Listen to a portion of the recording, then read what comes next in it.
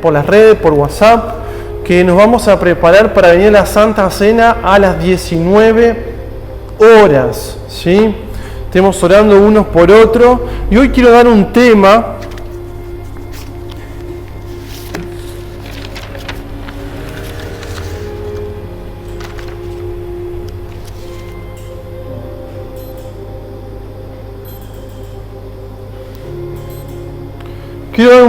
y le puse lugar para Jesús. Muchas veces no podemos comprender. ¿Puedo darte esto? A veces no podemos comprender algunas actitudes que suceden en nuestras vidas, ¿sí?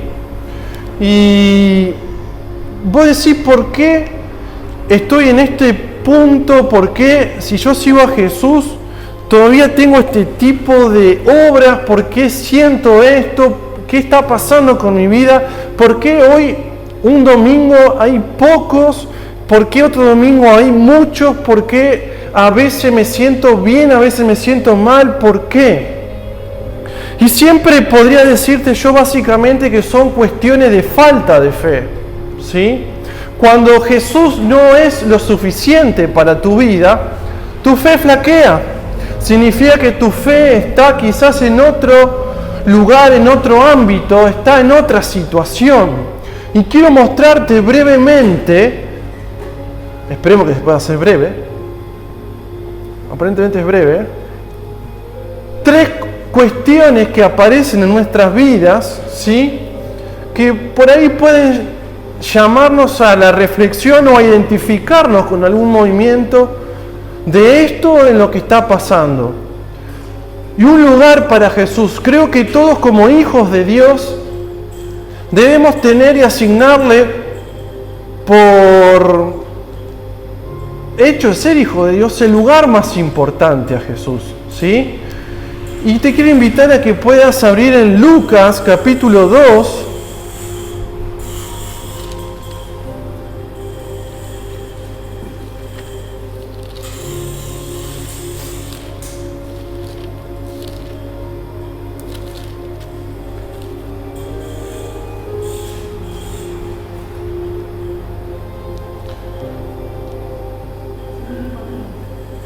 Lucas capítulo 2, versículo 7.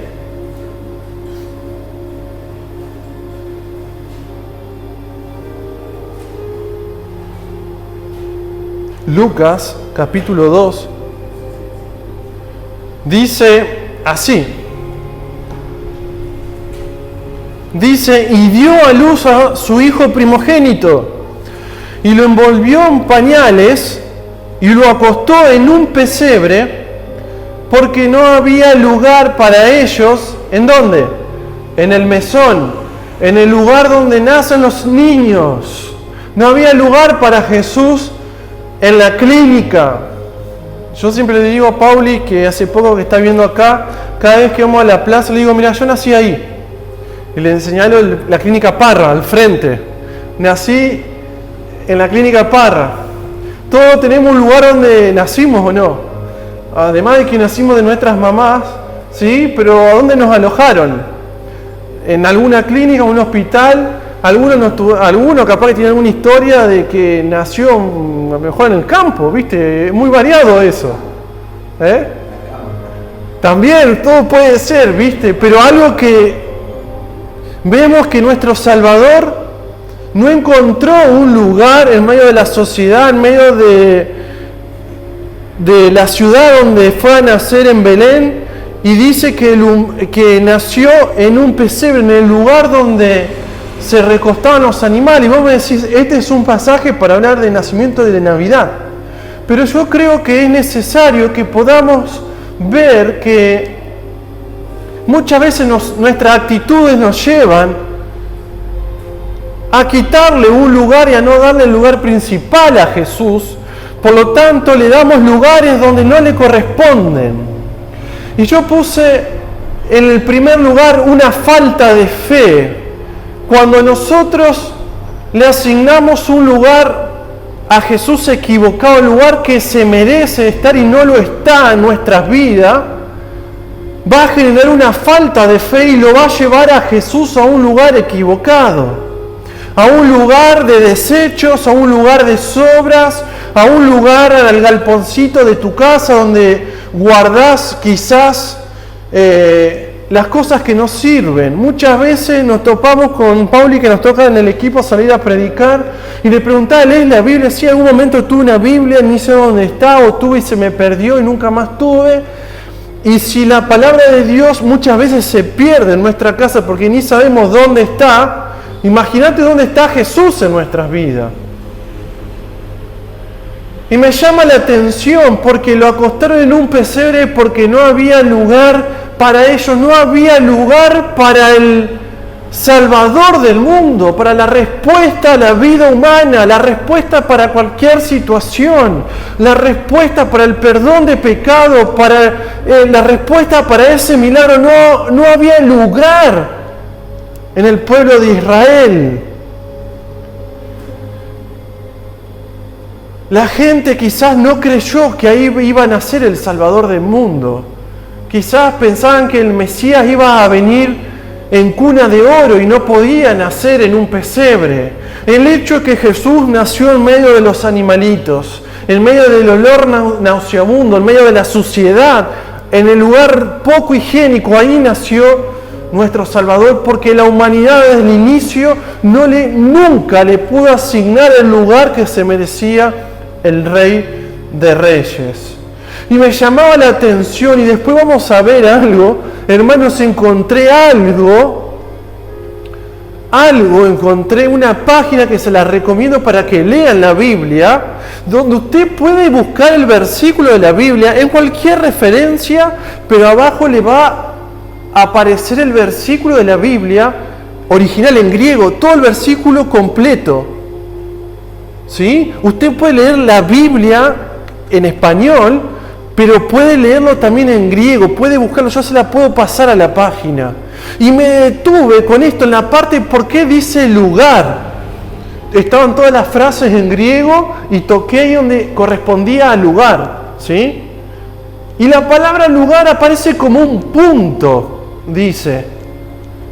Generalmente se habla un espacio, en este caso el lugar, ¿cuál era? No había un espacio físico para que el Salvador nazca, no había una clínica, no había un hospital, sino que hubo un lugar físico que fue un pesebre. Generalmente es un espacio, pero limitado por la ocupación. Y dice la palabra figuradamente, hablándolo como una figura, podemos entender que no hubo oportunidad, dice la palabra, ¿sí?, para alojar al Salvador del mundo. No le dieron oportunidad. ¿Y cuántas veces la gente afuera no le da oportunidad a que el Salvador pueda ser Salvador de su vida? E incluso nosotros como hijos de Dios no le damos el lugar, el espacio. La palabra lugar, que se traduce lugar, en el griego es punto. No le damos el punto. ¿Y dónde será el punto? ¿Nuestros corazones? Por lo tanto, le damos otro punto, le damos por allí un escondite, un lugar, unos 5 minutos cuando termina nuestro día, o esos 5 minutos, 2 o 3 minutos cuando arrancamos el día porque estamos llenos de actividades. Lo interesante es que habla del lugar como un punto, una oportunidad. ¿Cuántas veces cada día Jesús a su iglesia especialmente pide que le des en ese punto central de tu vida el lugar, el espacio? Acá dice la palabra que punto, ¿sí?, un lugar de espacio, pero limitado por la ocupación. Cualquier cosa lo puede ocupar. Y vos decís, ¿por qué la gente no va a la iglesia? ¿Por qué la gente se excusa? ¿Por qué la gente le cuesta creer, le cuesta participar, le cuesta seguir a Jesús? porque es el punto en su vida que no le da la oportunidad y que es ocupado por cualquier otro espacio, que puede ser trabajo, que puede ser familia, que puede ser relaciones, estar afectado por una relación que no podés resolver, o una enfermedad, o el trabajo, o las cuentas que pagar, o la deuda. Cualquier situación terrenal mundana ocupa el lugar que debería ocupar el Salvador del mundo. Y muchas veces nosotros vamos a predicar el Evangelio, estamos yendo los sábados y la gente se excusa, dice, sí, yo hago obras, pero no le da el lugar necesario que el Salvador del mundo debe ocupar, el lugar de sus corazones. Entonces es ocupado con, mejor me voy a tomar un mate a la plaza, quizás como me siento mal voy a trabajar, trabajo muchas horas, o quizás me siento mal y tomo, o quizás me siento mal y elegimos un montón de cosas diferentes al lugar que debe ocupar el Salvador del mundo. Quizás la preocupación política en estos meses, económica. Ayer estábamos hablando con uno de los chicos y empezaron a hablar y dicen, no hay trabajo. Y le pregunto, ¿por qué no hay trabajo? No lo sabemos, pero no hay oportunidad, no hay trabajo. Y la charla se tornó para abajo. Me di cuenta que les provocaban una mala sensación interna que es razonable, porque el no tener un trabajo estable te genera la incertidumbre. Pero si Jesús ocupara el lugar, el punto, la oportunidad esa de cada día de confiar, de que Él se va a encargar de tu situación, nunca dejaríamos de dar la oportunidad de darle el mejor lugar cada día a Jesús.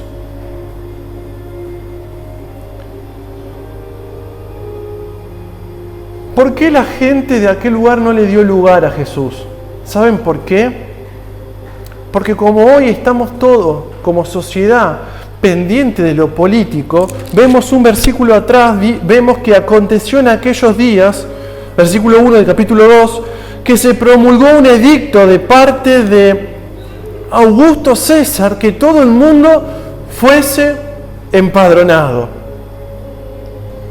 No le dieron lugar al Salvador debido a que el edicto de Augusto César, que el censo fue más importante, una cuestión política, que confiar en Jesús. ¿Y no te pasa que la situación argentina, de la sociedad actual, estamos más pendientes de la política, de lo que pueden hacer los políticos, que lo que puede hacer Jesús en tu vida? Y en el día aún, incluso cuando comemos, prendemos el noticiero para ver qué pasó con la política, en lugar de disfrutar quizás una alabanza y comer en paz, confiando y agradeciendo de que Jesús proveyó por tus alimentos.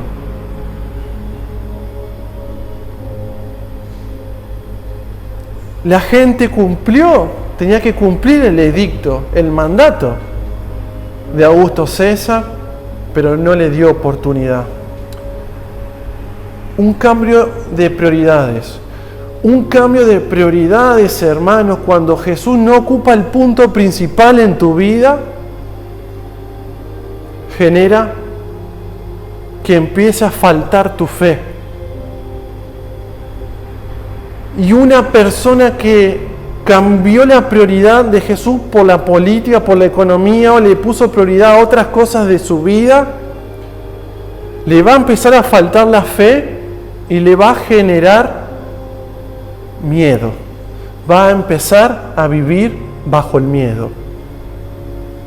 Vamos a ver Marcos capítulo 5,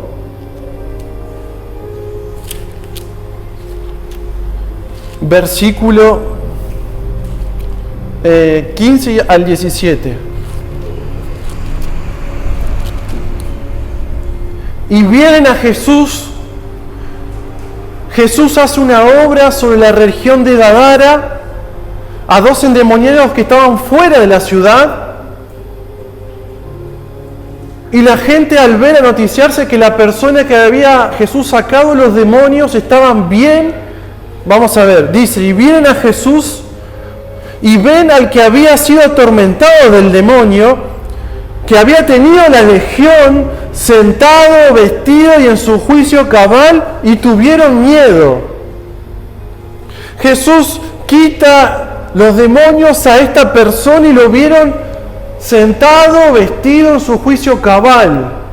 Lo ven transformado a una persona y la gente que dice le tuvo miedo.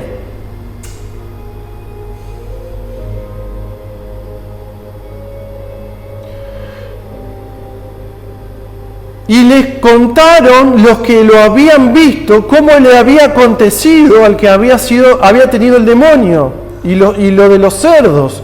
Y comenzaron a rogarle que se fuera de sus contornos. Un cambio de prioridad, poner tu vida en tus cuestiones por lo que Jesús, en lugar de lo que Jesús puede hacer en tu vida, va a generar miedo. Y Jesús no va a ocupar el punto principal de tu vida y va a empezar poco a poco a salirse del contorno de tu vida. Entonces, cuando vos venís a la iglesia, yo les decía el sábado anterior a los chicos, yo no vengo a la iglesia, no quiero decirte vení a la iglesia, vení a la iglesia. Vos tenés que venir. Yo vengo porque necesito de Dios todo el tiempo. Todo el tiempo trato en mi vida de estar atento a lo que Dios puede hacer en lo pequeño o en lo grande.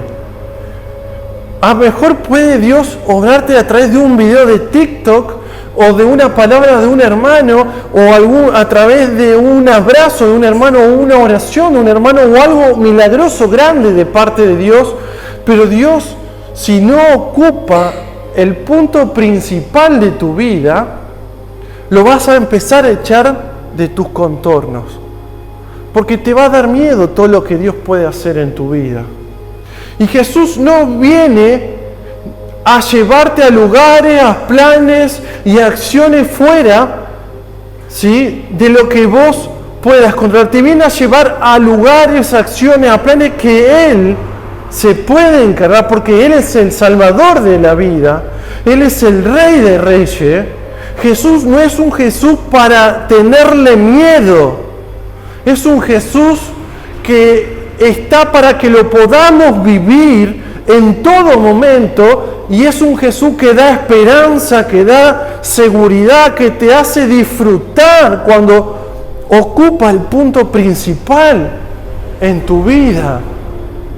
¿Por qué quizás la gente habrá tenido miedo en darle lugar, que se enojen otros? ¿Qué habrá pasado que no le dieron lugar al Salvador del mundo? Lo que sí puedo decirte, que alguien que no tiene a Jesús en el punto principal de su vida, en el punto principal en su corazón gobernando, le va a tener miedo siempre a todo lo que venga por fe. Porque su prioridad está en lo que Él puede hacer y no en lo que Jesús puede hacer en tu vida.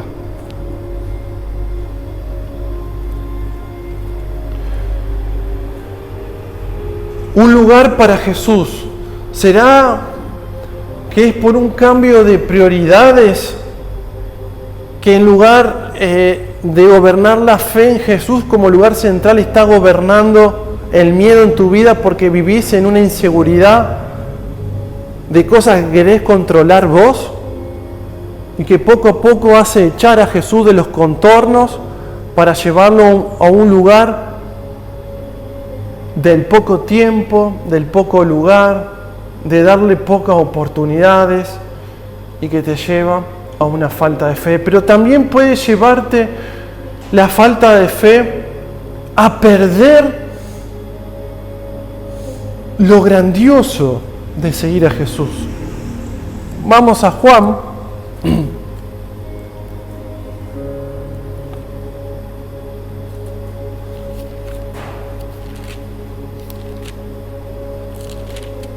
Capítulo 7, versículo 3 al 5, y dice: Y le dijeron sus hermanos, los hermanos de Jesús: sal de aquí y vete a Judea, para que también tus discípulos vean las obras que haces. Pero ninguno que procura darse a conocer hace algo en secreto. Si estas cosas hace, manifiéstate al mundo. Porque ni aun sus hermanos, dice, creían en él. La familiaridad, hermanos, el roce de hacer lo mismo todos los días, está haciendo perder el factor sorpresa de creerle a Dios, de poner la fe en lo que Él puede hacer en tu vida. Y la falta de fe no está relacionada a un cambio de prioridad, un cambio de objetivo, un cambio de un punto central, sino a siempre hacer lo mismo y no disfrutar a Jesús. Cuando Jesús ya no te sorprende, cuando ya vi lo mismo, pasa siempre lo mismo en la iglesia, siempre pasa lo mismo con el mensaje del WhatsApp del devocional, que es siempre lo mismo. Pero el problema no está en siempre lo mismo, sino está tu problema en vos, que dejaste de creer a Jesús, dejaste de sorprenderte y estás cultivando la falta de fe. Mateo capítulo 13,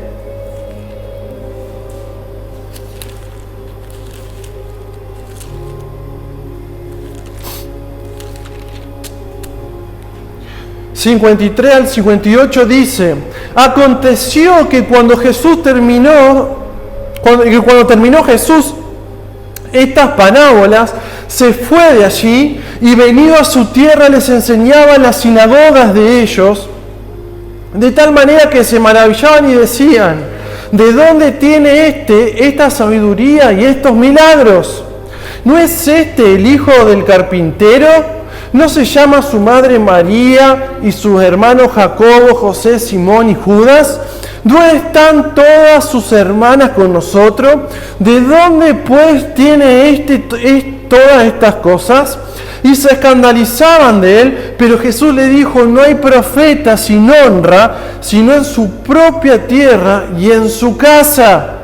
Y no hizo allí muchos milagros a causa de la incredulidad de ellos. Lo cotidiano, cuando lo que Jesús va a hacer en tu vida pierde el sentido, porque lo estás viviendo no desde el creerle, en esperar la promesa, el cumplimiento de la promesa de Dios en tu vida, sino que estás viviendo la ritualidad, lo mismo, el vivir siempre lo mismo todos los días, hace que dejes de creerle. Vos creés que lees la Biblia, vos creés que haces eso en tu casa y que está bien, pero dejaste de creerle. Podés orar por costumbre, leer por costumbre, pero dice que cuando vos lo ves a Jesús como alguien común en tu vida, no puede obrar, porque estás haciendo crecer la incredulidad en tu vida. Como había partes que se sorprendían y se maravillaban de las Escrituras, de cómo Jesús enseñaba las Escrituras, de la autoridad y el poder con lo que Él hacía y hablaba, otros se daban cuenta que era simplemente el hijo del carpintero. ¿Y para vos qué representa Jesús? ¿Un devocional? ¿Una oración? ¿Una reunión? ¿O alguien que puede cambiar el curso de tu vida, que puede llevarte a caminar cada día creyéndole a Él, porque estás enfocado y porque le diste la prioridad absoluta de que gobierne en tu vida?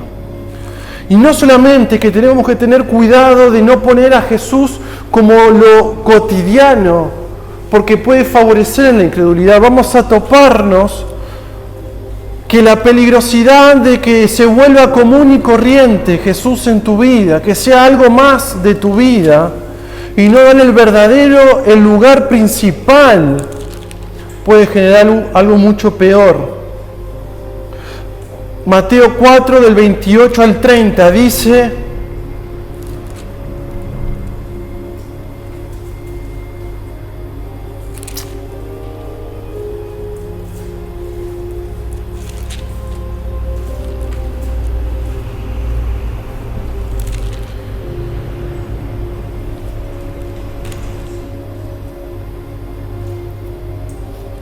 Lucas.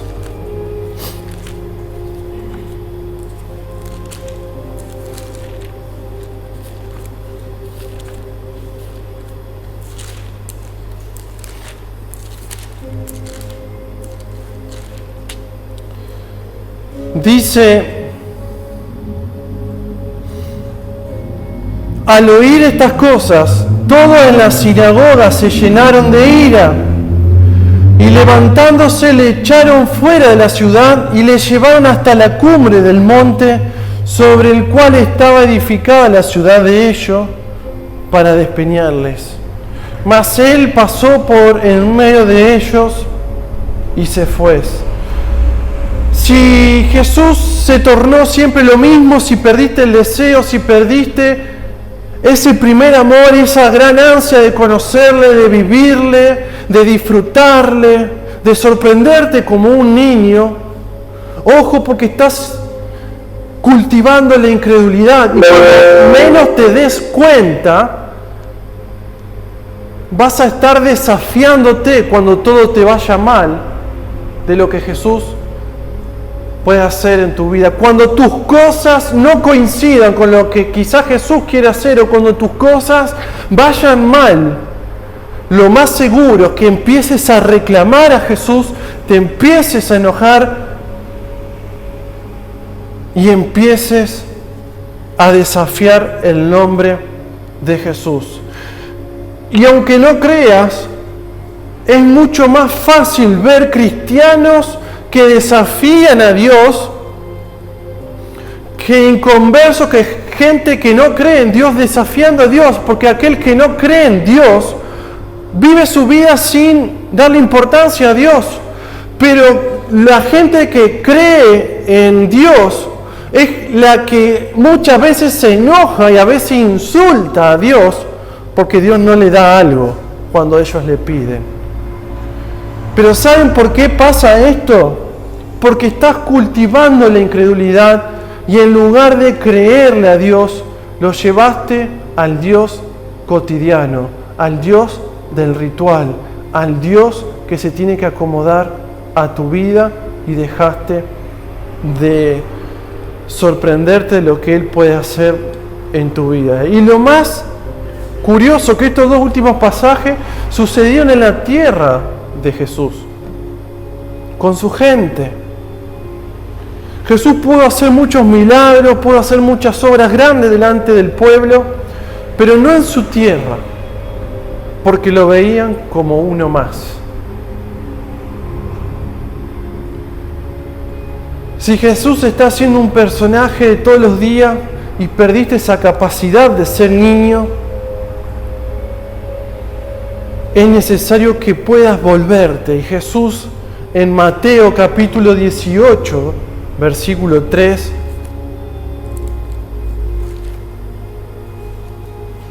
dice: y dijo, de cierto os digo, que si no os volvéis y os hacéis como niños, no entraréis en el reino de los cielos. Así que cualquiera que se humille como este niño, este es el mayor en el reino de los cielos. Jesús pidiéndote, si entraste en la rutina que dejaste de disfrutarlo, que te da lo mismo, que seguís el ritmo de vida. Pero Jesús es uno más. Ojo, que eso no se crezca en tu vida, porque cuando menos te des cuenta, podés estar desafiando a Dios. Vuélvete y hazte como un niño.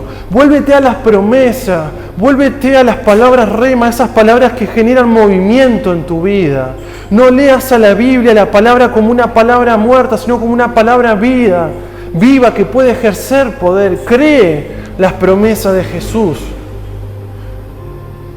Créele a Dios para que tu fe no falte.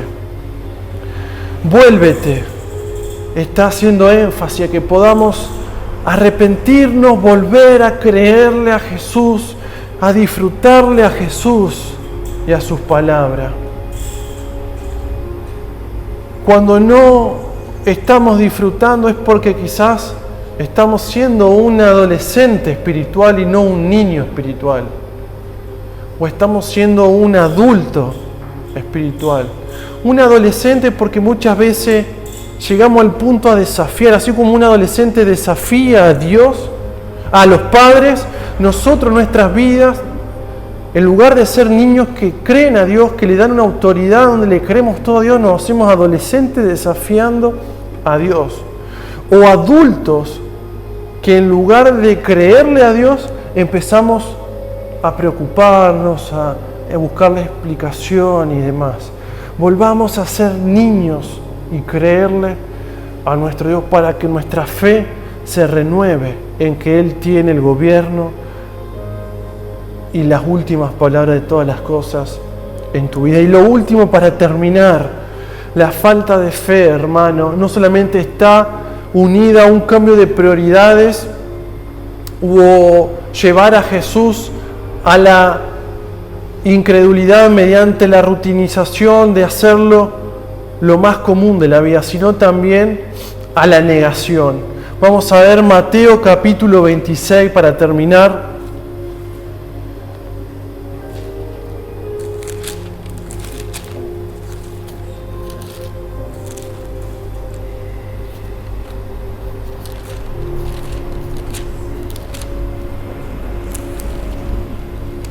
Versículo 69 al 75, vamos a leer. Dice: Pedro estaba sentado fuera en el patio y se le acercó una criada diciendo: tú también, dice, estabas con Jesús el Galileo. Mas él, dice, negó delante de todos diciendo: no sé lo que dices. Y saliendo él a la puerta, le vio otra y dijo a los que estaban allí: también este estaba con Jesús el Nazareno. Pero Pedro le negó otra vez con juramento: no conozco al hombre. Un poco después, acercándose los que por allí estaban, dijeron a Pedro: verdaderamente también tú eres de ello, porque aún tu manera de hablar te descubre. Entonces él comenzó a maldecir y a jurar: no conozco al hombre. Y enseguida cantó el gallo. Entonces Pedro se acordó de las palabras de Jesús que le había dicho: antes que cante el gallo me negarás 3 veces. Y saliendo afuera lloró amargamente. Y quizás la falta de fe no está relacionado a un cambio de prioridades o hacer a Jesús una ritualidad, algo común, sino que está unido a una negación, quizás porque en algún punto tu vida no crece, porque en algún aspecto de tu vida le estás negando. Fíjate que Pedro, incluso en su manera de hablar, se dieron cuenta que era un seguidor de Jesús, y dice que Pedro empezó a maldecir y a jurar. La falta de fe unida a la negación es producto de una identidad donde Cristo no gobierna completamente, sino que en algunos puntos decidimos no ser o identificarnos como hijos de Dios. ¿Y por qué le negamos? Porque tenemos vergüenza de seguir a la iglesia de unos pocos, porque tenemos vergüenza de creer en un Cristo que te obliga a renunciar a lo que está allá afuera para seguirle, porque es pesado seguirle. ¿Por qué le negamos? Porque no le entregamos completamente nuestra vida a Cristo. Y la falta de fe puede estar unida al cambio de prioridades, de ponerlo a un último lugar a Jesús. Ojo con eso, porque tu vida va a empezar a caminar en el miedo, o puede rutinizarse, volverse común, y puede llevarte a desafiar, incluso por verlo como algo común a Jesús. O tu falta de fe puede estar unida a que en algún punto lo estás negando a Jesús. Algo que me lleva a concluir es que todos en algún punto nos vemos identificados con algo de esto. Pero algo sabemos, hermanos, que la fidelidad del Señor y su obra continua en favor de aquellos que creen puede hacer romper cualquier falta de fe, hermano. Aunque Pedro le haya negado y haya llorado amargamente, después de resucitar, Jesús se le apareció y tuvo una charla mano a mano con Pedro. Y quiero mostrarte, porque leí de nuevo los versículos como aparece en el griego en la Biblia, quiero mostrarte esto. ¿Puedes ponerme la imagen 1? Si queréis tener en tu Biblia, buscá Juan capítulo 21. Y yo quiero mostrarte esto, que vos lo veas a esto y terminamos con esto.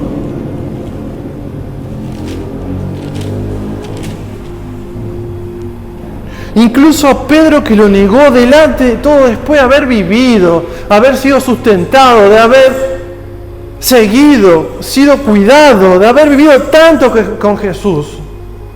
Él insiste con sus hijos, Él insiste en darte oportunidades. Yo le saqué una foto, hermanos, pero si lo tenés en tu Biblia, buscá Juan 21:15.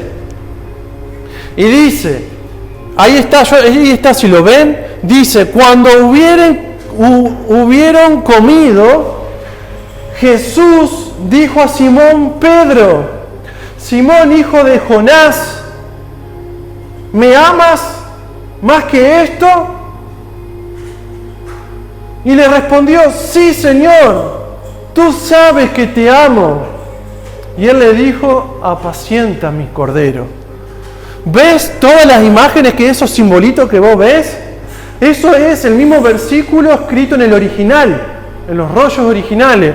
Poneme la segunda imagen, que va a estar completo. Vamos a tratar de leerlo porque está todo completo, pero quiero que atiendas a algo que me parece muy fabuloso que lo podamos ver. La imagen número 2.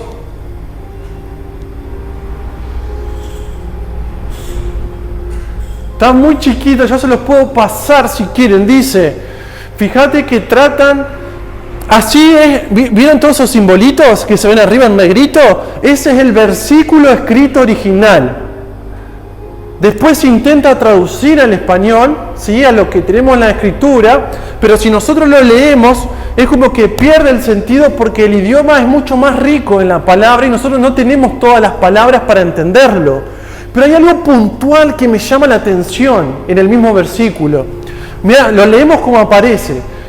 Cuando por lo tanto comieron, está diciendo a él, Simón Pedro, él Jesús: Simón, dice de Juan, dice, ¿estás amando a mí más que a estos?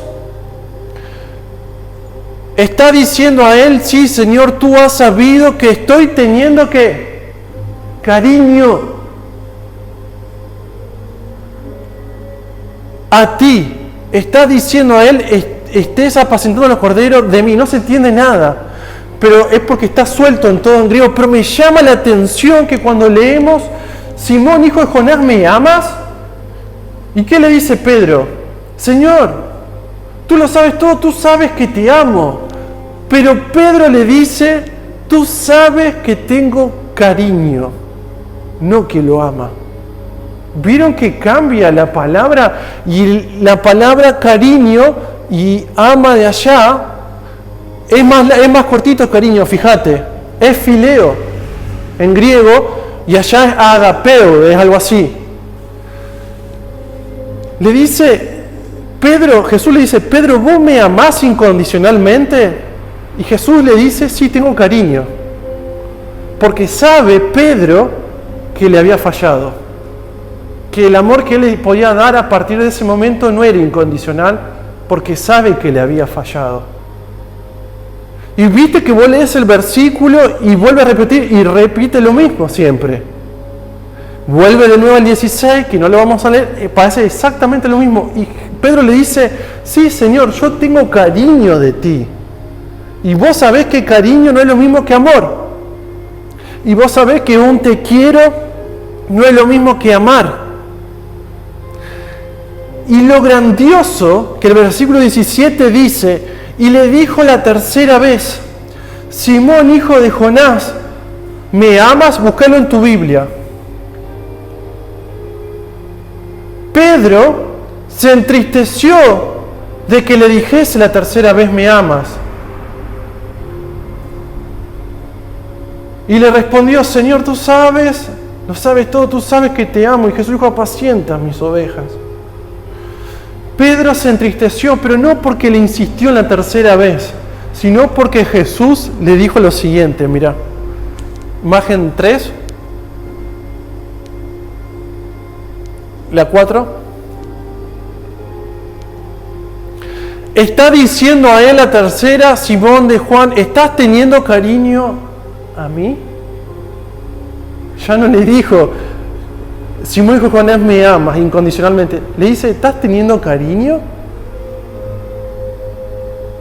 Y él dice, ¿has sabido tú, estás conociendo que estoy teniendo cariño a ti? Entonces él le dice, apacienta mis ovejas. ¿Sabes lo que le dijo Jesús? ¿Cuál es la conclusión de esto? De que la iglesia te puedo predicar, te puedo hablar de parte de Dios diciendo Jesús te ama, te da oportunidades, pero vos no lo podés sentir. Porque sabés que te falta fe, porque le fallás, porque le negás, porque se volvió común Jesús en tu vida o aún le estás negando en la semana en algún punto en tu vida.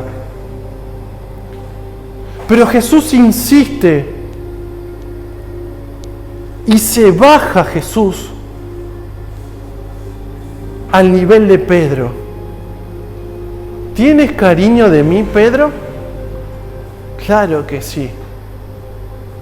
¿Qué le está diciendo Jesús? Yo amo incondicionalmente tu vida.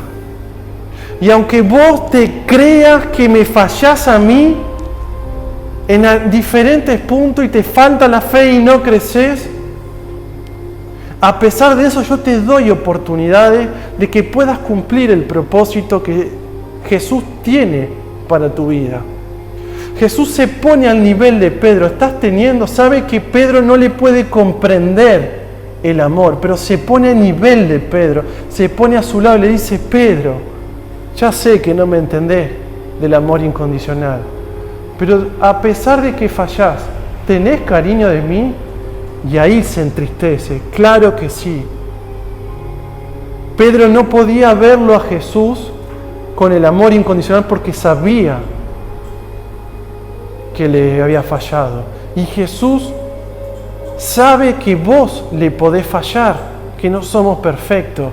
Y se pone a tu nivel en esta semana, en este domingo, para decirte, a pesar de que me fallás, ¿podés seguirme?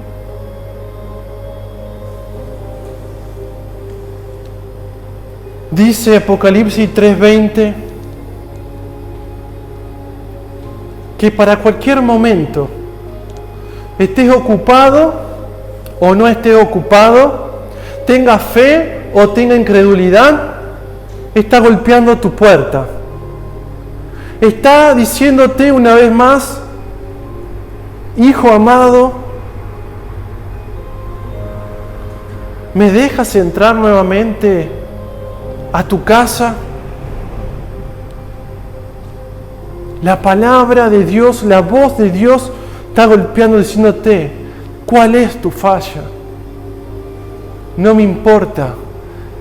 Dice, si alguno oye mi voz y abre la puerta, entraré a él y cenaré con él y Él conmigo. Es el desafío, hermano. Podés tener un montón de fallas y no podés verlo tal como Jesús desea que lo veas, porque tenés un montón de cosas. Pero sí algo que quiere Jesús es que pueda volverte como un niño, creer en la palabra y que esta semana le dejes abrir la puerta de tu casa, de tu corazón y lo dejes cenar con vos. Que cuando vayas al trabajo lo lleves a Él. Cuando estés con tu familia, lo lleves a Él. Cuando te sientas mal, creas en su palabra y lo lleves a Él. Jesús quiere, una vez más, que lo vivas a Él. Hay un video que traje, pero se descontroló la computadora hoy. No sé si se podrá poner. ¿Quieren ver un video? Una canción muy hermosa, que está muy bueno, que se llama No hay paredes.